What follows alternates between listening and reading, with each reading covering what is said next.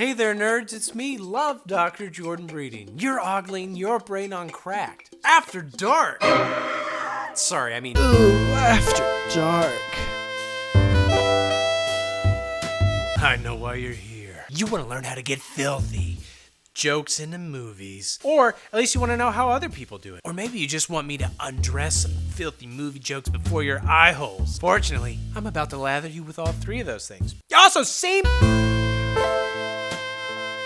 One of the most surefire ways to lightly season your film with jokes about, foreskin eating, is to have a character say the joke in Yiddish, because most filmgoers not only don't speak it, but they don't even realize it's not something Mike Myers invented solely for an SNL sketch. Discuss. Speaking of Yiddish, and also foreskin eating, let's talk about Mrs. Doubtfire. Firstly, the film coined the word rumple foreskin. Rumple foreskin. Baloney bop. Bit of the old cunning linguistics. And I can hear you yelling at your computer like Gandalf, "That's not secret filth, that's obvious filth." But that's because it's just the appetizer for the main foreskin entree. Rumple foreskin also isn't Yiddish. I don't think. Discuss. See, early in the movie, Robin Williams tries out a number of different womanly disguises, including a babushka-wearing Jewish grandmother who delivers the line, I should never buy gribbinus from a moil. It's so chewy. The line sounds like just some random Yiddish words, no different than say, I should never bagel yarmulke from a mazel tov. Except that it turns out that gribbinus are chicken or goose skin cracklings, and a moil is the person who performs traditional Jewish circumcisions. Oh, just shake them off like a dog. Sorry. Put it all together, add the chewy part, and you end up with a deliciously horrifying, family, unfriendly dick joke hidden behind a firewall of Yiddish. I've got the idea. Make a pincer. But smuggling filth into a movie using Yiddish probably only happened that one time, right? Wrong, took his face! In the 1941 movie, The Maltese Falcon, about a bunch of people trying to get Humphrey Bogart to give them a big old bird, one character is continuously referred to as a gunsel. Let's give him the gunsel. From context, we are meant to assume that gunsel is like a corruption of gunslinger or something. And that's because that's exactly what the author of the original novel hoped that his editor would think. He wanted the story's protagonist to insult another character by calling him a slur, but the editor didn't want any swear words in this wholesome book about extortion and murder. Why, it's our best bet. So the author used gunsel, which actually comes from the Yiddish word for gosling, and it means a submissive gay man, but not in such nice terms. I heard what you said. Man, we could really use a gritty remake starring Ryan, submissive gay man. We're back to that. But anyway, after The Maltese Falcon premiered, the definition of gunsel was expanded to also mean a hired gun, because that's just how language works. And it's all because literary editors don't visit enough gay Jewish sex dungeons with submissive men and Ryan Gosling. There's never any telling what you'll say or do next, except that it's bound to be something astonishing. There's also a scene in Blazing Saddles where Mel Brooks' chieftain character says some racist stuff in Yiddish about black people, and while the audience may not have caught what he was saying exactly, they probably noticed the Jewish man dressed up as a Native American speaking Yiddish. So, still not a nice joke, whether or not you realize just how much he needed to wash his mouth out with soap. Laws in gay. Like my grandma always says, you can do anything you want to a sentient character, and it won't be gross and dirty as long as they are not in human form. Then my grandma would always point out how in the Beauty and the Beast film that didn't feature a servant transformed into a sentient eating toilet for decades.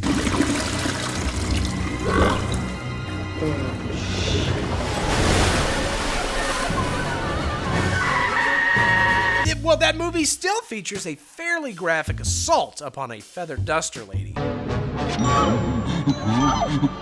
The scene happens right before the big finale, and it's blink and you'll miss it short, but the main reason we've all repressed it from our memories is because when you think about it for 1 second, that maid's feathers are obviously supposed to be her skirt, so pulling them out would be the same as stripping the character naked, right? And then that dude's face leaves no doubt as to his intentions once the feathers are gone. This is basically the old-timey version of a guy trying to stick his dick in a vacuum cleaner, except the vacuum cleaner is alive, and also it's going to transform back into a human at some point, so it's basically your mom, Dave!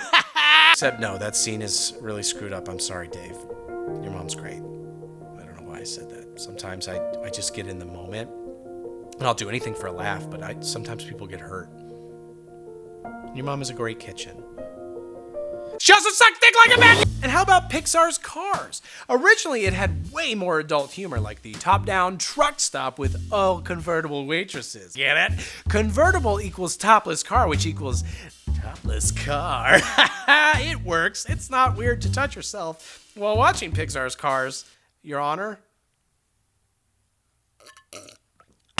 What did I tell you about talking to the accused? Ultimately, the animators took a more kid-friendly route, but kept their observation about the car boobies. Remember when the two female Mazda cars drive up to Lightning McQueen and yell that they are his biggest fans, and then show him their pop-up headlights? You don't need to look at Lightning's drooling face to see that the scene implies the two cars have just flashed Lightning their breasts. But if headlights equal boobs, then does that mean that every single female car in these movies is perpetually tits out like some sort of underground European art house film? Good-looking girl. Looked just like a Jaguar. Only she was a truck. Kids probably missed that, so Pixar upped the ante in the sequel by having the villainous lemon cars host a party. A lemon party, if you will. The only thing they haven't stopped doing is f***ing us. Some of you may be too young to get it, so you should just go to Google image search, turn all the filters off, and look up Lemon Party. Like my grandma always says about Lemon Party, "Ah, yeah, that's the stuff. Give me more of that shit. Oh, yeah, Grammy, like it. Oh, God damn it, refresh. Oh, dear. No, I'm sorry. Am I being a little graphic? Sorry. About halfway through the first Avengers film, Tom Hiddleston's Loki gets captured by S.H.I.E.L.D. and locked up in a glass cell because the Academy has decreed that every calculating, intelligent villain has to be a reference to Hannibal Lecter, so more like Tom Hannibalston. I'm sorry, Dave. It's that thing again. Your mom's a vacuum cleaner, Tom Hannibal. What kind of pun is that? Ooh, spicy. I like this. During the scene in which Loki isn't openly shitting on the ground while the entire Avengers team watches through the transparent glass, because I mean that had to happen at some point. It's all glass. There's no toilet. He has to shit, right? Black Widow asks Loki to please stop mind-controlling Hawkeye because she cares for him. And they have so much, history together. Like the time they blew that little kid the up in Budapest. All clear. Aww. The Norse god responds by insulting and taunting Black Widow and calling her a mewling quim. And since I realize you no longer trust Google after looking up Lemon Party like my grandma, let me just tell you real quick that quim is a British synonym for female genitalia that begins with a C and rhymes with... Hold on, did Loki just call Black Widow a whiny No wonder director Joss Whedon considers getting that line past the censors to be his greatest achievement. Right after making everybody he's ever worked with want to frickin' die. Hey, speaking of greatest achievements, let's talk about Citizen Kane, widely considered the best movie ever by people who've clearly never seen The Raid.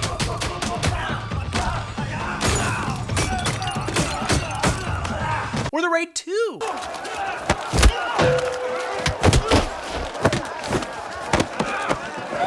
Citizen Kane is basically the story of innocence lost, represented by Rosebud, the titular character's childhood sled. And another thing that Rosebud represents? A clitoris! Rosebud. No, seriously, Gore Vidal claims that Rosebud is what newspaper publisher William Randolph Hearst, the inspiration for Charles Foster Kane, called his lover's lady doorbell. Hearst spent most of his time living openly with actress Marion Davies, the inspiration for Susan Alexander Kane in the movie, and once her acting career fell through, Davies fell back on her true passion, Hearst's penis, and getting drunk at Hollywood parties. That's when she supposedly met the co-writer of Citizen Kane.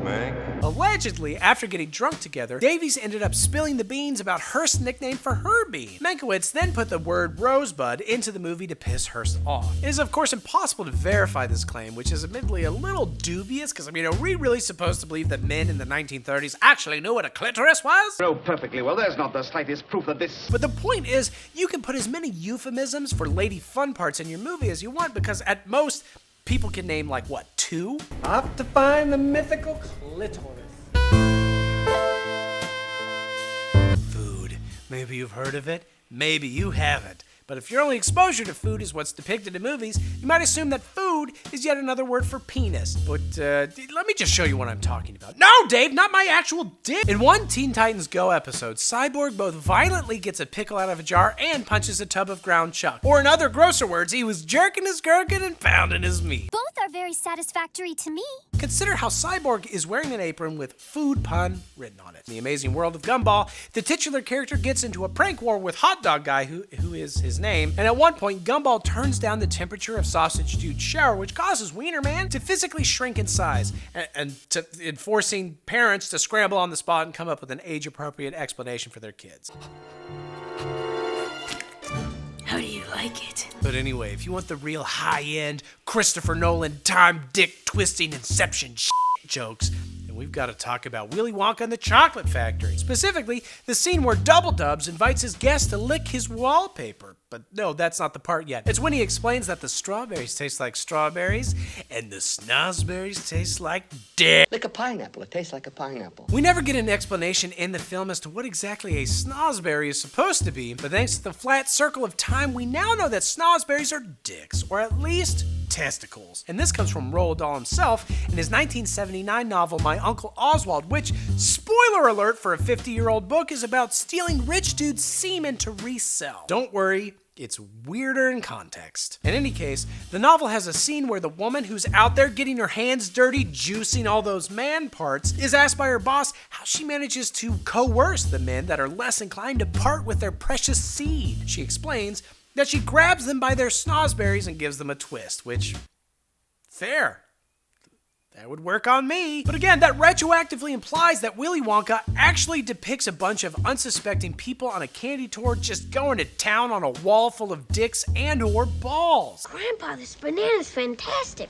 It tastes so real. Now, there are two objections some boner has already thrown in the comments that I'm about to refute. One is that just because people talk about getting kicked in the grapes, that doesn't mean that every instance of the word grape means testicles. Open wide, kids, because I'm gonna grape you in the mouth.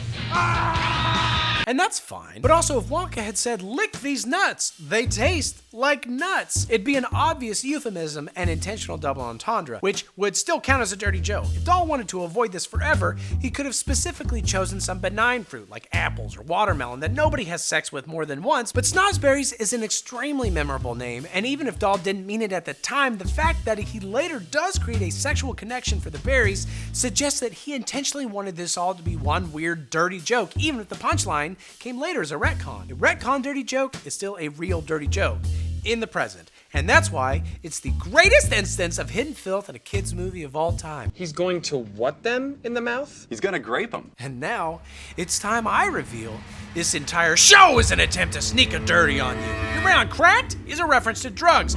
Your breeding is a reference to all the sex stuff I'm doing. Ha! I've bamboozled you. I've swindled you. I've doused you in the filthiest filth of all time. I'm the mud master, and you're my dirty children. After.